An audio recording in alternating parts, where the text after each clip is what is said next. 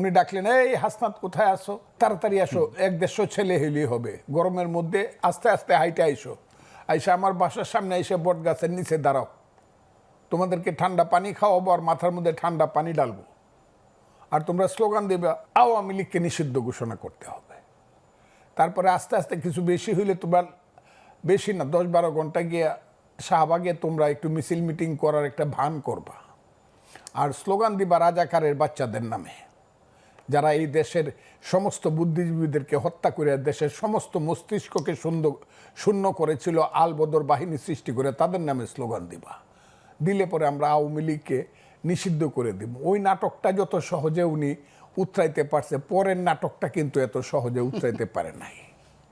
ওই যে ছেলেটাকে ডাইকাই না বলছে তুমি গিয়া বলবা আমি পদত্যাগ করব, ওই ছেলেটার নাম কি মনেও থাকে না আমার, ওই যে বাংলা নাহিদ ইসলাম মনেও থাকে না, মহান ব্যক্তি এরা। তুমি গিয়ে এটা প্রচার করবা। নাহিদ ইসলাম আইসা বললো যে উনি তো ইচ্ছা প্রকাশ করছে, পদত্যাগ করে ফেলবে।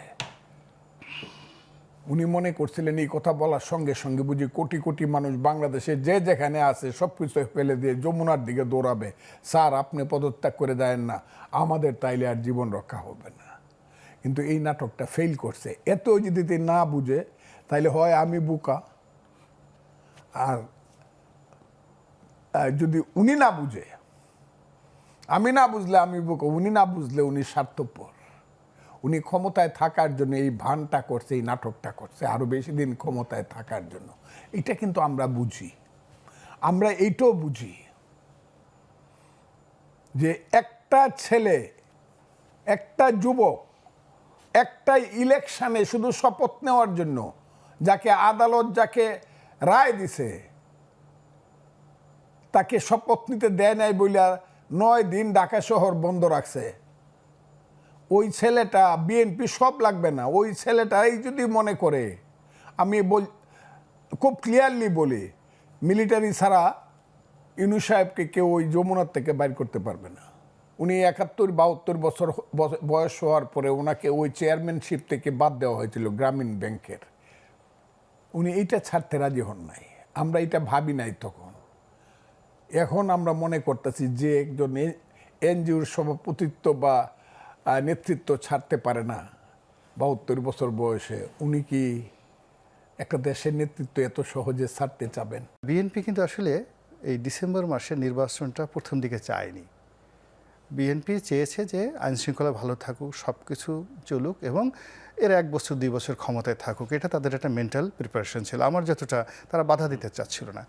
কিন্তু সরকারের মধ্যে যে ধরনের ছলচাতুরি, যে ধরনের চালাকি, তারপরে যে ধরনের লক্ষণগুলো দেখা যাচ্ছে, তাতে বিএনপি সন্দেহ করছে তাদেরকে।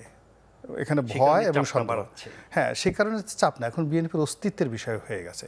2 নম্বর হলো এখানে একটা ফান্ডামেন্টাল যে শক্তি, মৌলবাদী শক্তি, এই মৌলবাদী শক্তির মধ্যে যে জাগরণ, তারা ইসলামাইজেশন বলছে, ইসলামকে পুঁজি করে তারা যেভাবে শক্তি সঞ্চয় করছে, এটা বাংলাদেশ নামক রাষ্ট্রের অস্তিত্ব নিয়ে টান দিচ্ছে এই মুহূর্তে। এখানে বিএনপিও থাকবে না, কোনো কেউ থাকবে না, এটা একটা নতুন এরা তৈরি হয়ে যাবে।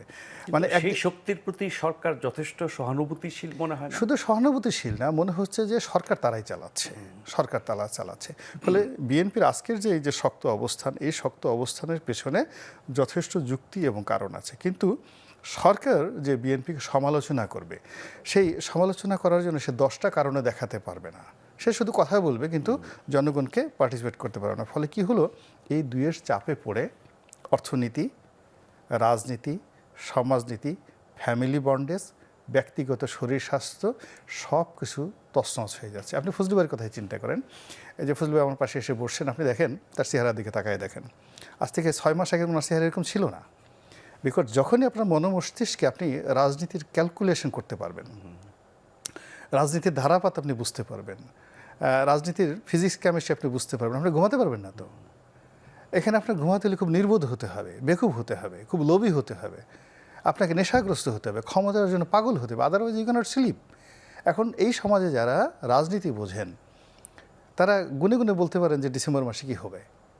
এই আগামী মাসে কি হবে এটা গুনে গুনে বলতে পারেন। আর যখনই বলতে পারেন আর তার সঙ্গে সঙ্গে যখন আপনি দেখেন ধরেন একটা ঘরের মধ্যে আপনি শুয়ে আছেন, চারিদিকে আপনি দেখতেছেন বড় বড় ফনা তোলা বিষধর সাপ ফোঁস ফোঁস করছে, আপনি ঘুমাতে পারবেন? ঘুমাতে পারবেন না। এই সমাজেরও সেনসিটিভ ম্যানগুলো ঘুমাতে পারছে না এখন। আপনার ধারণা বা বিশ্লেষণ বা প্রেডিকশন যাই বলেন, ডিসেম্বরে কি নির্বাচন হবে?